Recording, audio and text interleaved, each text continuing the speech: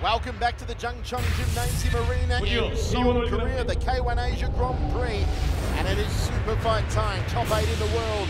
Gokhan Saki, the Turkish-Dutch fighter, takes on the newcomer Pavel Zhuravlov, of who I'm expecting quite a lot here tonight. 26-year-old Zhuravlov, those in the know on the European circuit have been wanting this man in K1 for a long, long time, and tonight Pavel Zhuravlov gets his chance, taking on Gokhan Saki, who was top 4 in the world, made it to the semi-finals of the K1 World Grand Prix last year, before losing to the eventual champion Remy Jasky, courtesy of a jumping round that broke the arm of Gokhan Saki in a gripping semi-final contest. Saki, the K1 USA Grand Prix champion in 08, ran paid through the tournament in Honolulu, and he did the same here against Zhuravlov in Seoul. 자, 슈퍼파이터 두 번째 경기 블루 코너 파벨 주라프리오프 선수의 입장입니다. Pavel Zhuravlov, another new blood fighter from Central Europe. Let me give you the scoop on him, folks. He hails from Sevastopol, Ukraine, fighting out of the Safari gym, managed by Donata Simonetis. He is quickly becoming the William Morris agency of Central Europe. He manages fights of K1 Max Star welterweight champion Marius Sorokiewicz, and also this man, Pavel Zhuravlov. Comes in the world fighting Pavel, who know him on the European circuit. Took part in the Kings Cup in Thailand in 2004, which is a huge deal. They get about 150,000 fans watching outdoors at the Kings Cup event every year. First weekend of December, Muay Thai in Thailand. He's been unbeaten in Russia's WBKF Kickboxing League since 2007. He's riding a 10-fight win streak, which includes wins in an amazing 5 consecutive 4-man tournaments for Pavel Zhuravlov. Won the 2007 European Kickboxing heavyweight title by beating fellow Ukrainian and ex-K1 fighter Maxim Daledva by unanimous decision. Won the European Super Heavyweight title in October last year over Alexei Kudin.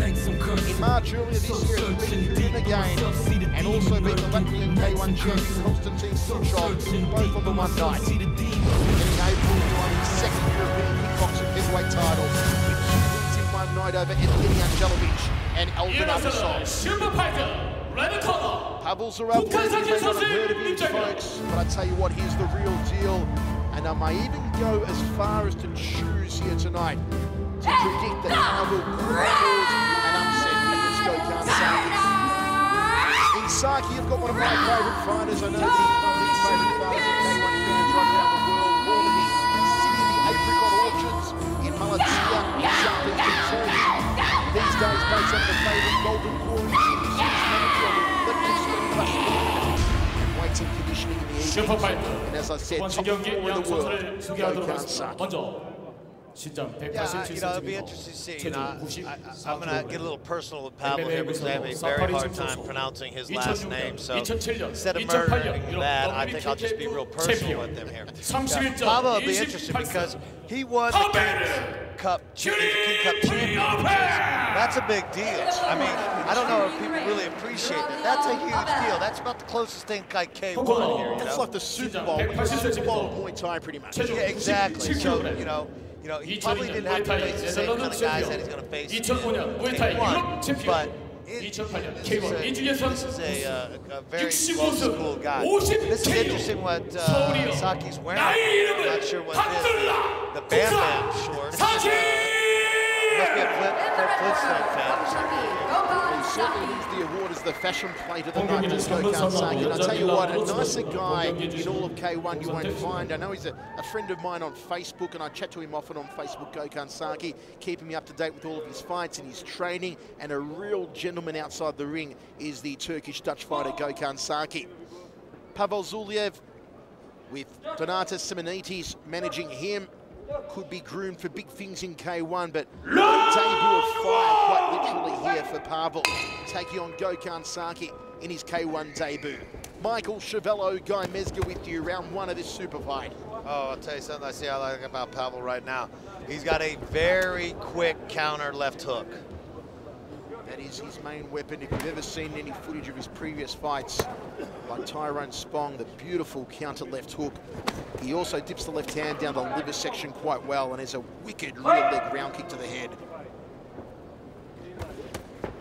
A lot of his style is actually very reminiscent of Ruslan Karayev, the Russian K1 fighter. Quick with the hands, good counter fighting, a lot of aggression, solid technique.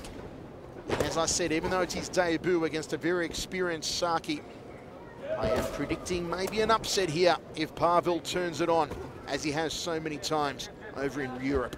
I think Saki's doing a good job, though. He's working that leg a lot, you know. If you notice that Pavel has a wide stance, generally means he likes to throw some good boxing skills, you know. But he's getting clipped, so you see he's shortening it up a little bit because he's gotten hit pretty hard with some pretty good kicks. He needs to be a little bit more agile, a little bit less, you know, solid position, as they say, be a willow instead of an oak here. Gokhan Saki's leg kicks are feared in the K1 world. You'd probably put him in the top 3 leg kickers in the K1 Grand Prix. Rimir Benjaski, Peter Ertz would be the top 2, and then Gokhan Saki's leg kicks would probably come in as the 3rd best of the bunch in K1. I'll tell you, Pavel's got a very quick counter left. Holy smokes. Saki's got to be leery of that. But again, he's doing a good job. You can take away that left hand by chopping down that left leg. You can take all the punching away when you chop that down hard enough. Central Europe has become another hotbed for K1. They're producing a swag of fighters lately, and look at that beautiful leg kick to the lead thigh from Pavel. And there's the counter hook, rip kick. Nice. Solid combination work from the Ukrainian Pavel Zhuravlov. Nice turn back kick attempt.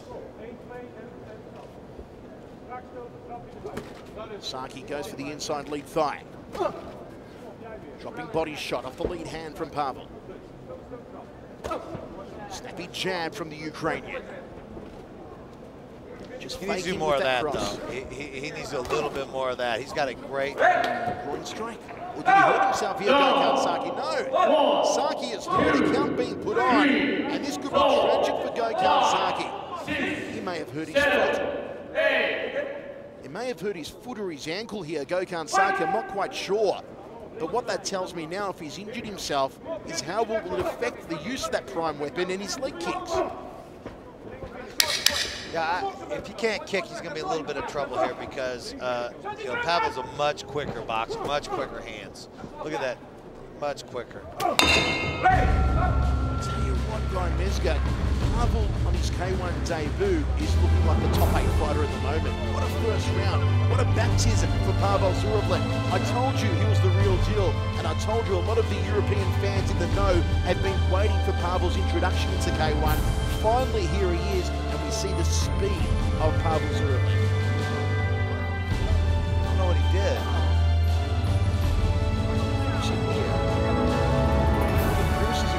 Unless he turned awkwardly on his back ankle, perhaps, or he pivoted on his front ankle. I'm not sure. There's nothing connecting here from Pavel. Now, did he get an 8 count on that? He did. He got an 8 count. Well, he definitely lost that round then. I don't know if it's a 10-8 round judge size. This was a delayed reaction from the strike that Pavel had thrown before Gokhan threw the left hook. Either way, though, it is an injury. It is an injury to the leg region. We're not exactly sure where. If it was a knee, if it was an ankle, if it was a foot. We'll see if Gokhan will continue to kick here and off which leg he'll kick. Yeah, he didn't really throw anything kicks at the end of that round.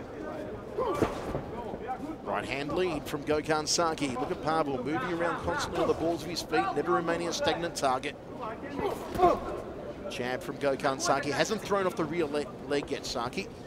We'll see if he does throw a leg kick off the rear. Oh, good counter to by Saki. Left hook right hand.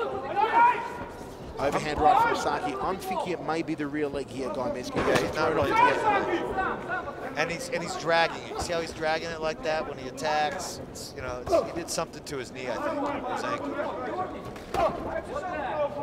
Inside thigh kick off the lead leg from Gokhan Saki, trying to dictate center ring. Pavel kicks to the inside lead thigh, nicely done, circles off, counterclockwise. Beautiful left hook, smack bang on the kisser from Pavel. And Saki hooks him, then rips the liver. It's definitely the back leg of Gokhan Saki that seems to be injured here. He hasn't thrown it at all, and it is his #1 fighting weapon. Overhand right from Saki. Saki's doing a good job of coming in there, but once he gets him kind of pushed up against the ropes, I think he's a little bit worried about Pavel's counter speed, you know, because he's not really pressing the action there. The lead hand of Pavel, as you mentioned, Guy, is just something special to behold. And I've seen him knock out several opponents with it as a hook, a counter hook at that. Yeah. Very much like Tyrone Strong does. Nice 1-2 combination from Pavel, drifts off to his left. Saki is a man without his greatest weapon here in Century. You can see him having to rely on his boxing work a lot more. Although Gokhan Saki's boxing should not be underestimated. It's not his strong point. Exactly. Never has been. You know. Oh, nice 2 inside leg kicks. He needs to start doing that. Ooh, and Pavel may know here that Gokhan Saki's rear leg is injured because Pavel is now stepping across and kicking the back leg of Saki. Yeah, he's got to figure something out because he ate a lot of really hard leg kicks with that right leg, and he hasn't eaten one yet. Inside thigh kick from Gokhan Saki, clipped him on the cup. Accidental there from Gokhan Saki, of course. Pavel shakes off and he's okay to continue. 26 years old, Pavel Zhuravlov. Good liver shot. Pavel threw a really good liver punch there. 206 pounds, Gokhan Saki 214 pounds, setting up the right hand off the jab again from Pavel. Very cerebral fight from the Ukrainian. Final 15 seconds of the second round. Checks the kick. I'll tell you what I really like on the K1 is, you know, they're heavyweights, very physical sizes, 230, 240. Some of the most exciting ones are at 220 and below, you know, and that's where you see a little bit more athletic stuff. You see the hands and feet go together. I mean, look at Pavel here. You know, he's putting hands and feet together really well. He's a 207-pounder. You know, same thing with Stocky actually too, because he's putting some good combinations together. He's obviously hurt, so he's not being able to put the leg behind it like we see him do. I'd like to know what he did to himself. History at the moment, we didn't see one kick off that rear leg in the second round of Gokhan Saki, so we know that it's left it off. Whoa, that hurt. Guy, having taken liver shots himself throughout the fight, absolutely what effect does it have to your body?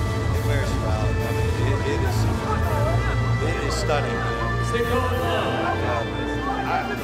It's just absolutely stunning. It frees you dead to rights.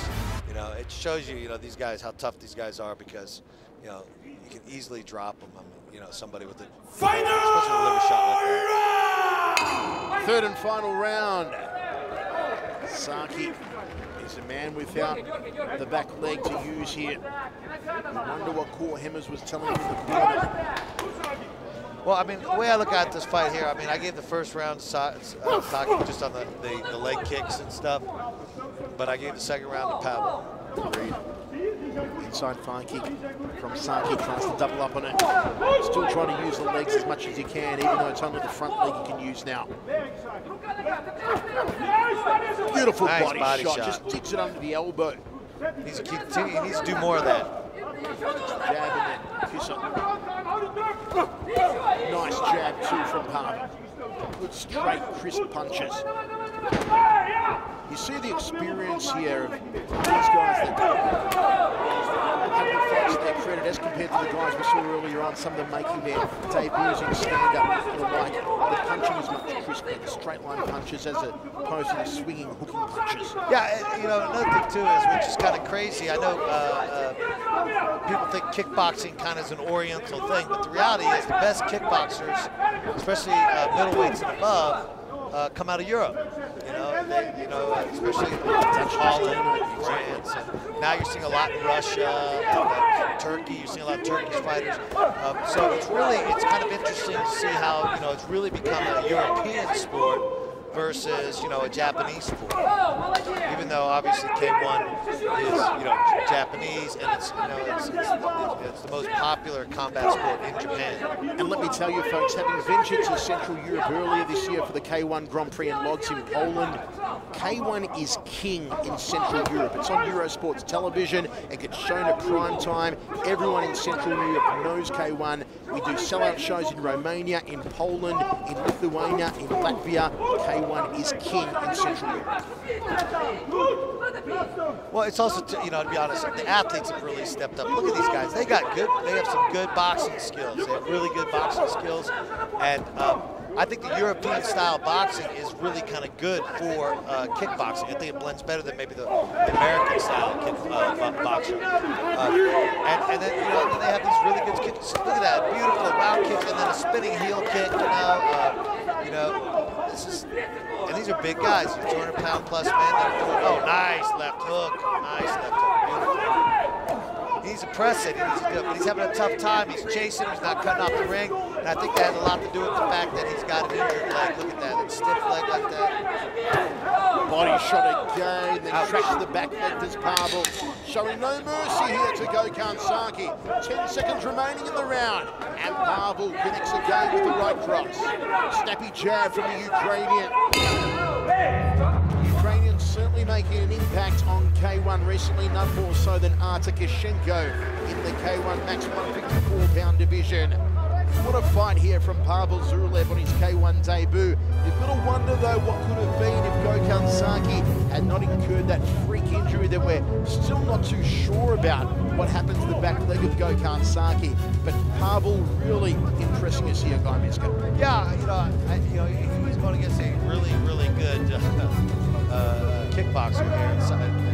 Saki, I mean, let's face it, he's world class. He can win. You know, he's good enough to win the K1 on a good day, and he did a good job. And you know, it wasn't like a devastating win by any stretch of the imagination, but it was a good technical win. It was a, you know, to be honest, it was a good technical fight for everybody there. It had a lot of good stuff in there. You know, again, this is another fight that would have been better if it went 2 more rounds. K1 World Grand-Prix 2009 서울 should see a decision go the way of Pavel here. I told you he may be the upsetter. 심판 저지 정백호 30대 28 블루 파베르 First judge to 저지 Pavel. 양한영 30대 29 블루 파베르 저지 And he has done it. 30대 28 파베르 K1 debut, Pavel Zhuravlov have taken out one of the top 8 K1 fighters in the world. Yet an injured top 8 fighter after the back leg went after the first round for Gokhan Saki. What really concerns me here is how will this injury affect Gokhan Saki, who has to shape up here in Seoul again on September 26th in the final 16, where he'll be in a fight against an unseeded fighter. Saki will be one of the 8 seeds. He'll take up one of the 8 unseeded fighters. Will that injury recover in time for Gokhan Saki to effectively get his rear leg back into his game? Jubilation here for Pavel Zhuravlov. As I said, a long time coming for those in the know in Europe who have been hanging out to see this man make his K1 debut, and he did not let down his many European fans. What a debut win over Gokhan Saki for Zhuravlov. Hopefully he'll get a wild card invitation to the final 16 in Seoul on September 26th, because he's a man that I think could definitely go all the way in K1. Yeah, you know, like I said, I think you know, I think he did a really good job. You know what? The one thing that we saw out of him, he's very technically sound. He's got good technique, he's got good speed, especially off that left hand. He's a close fighter because, you know, he was getting hit with some good shots. You know, yeah, I think he's definitely K1 World Grand-Prix 2009 서울 아시아 Gokhan Saki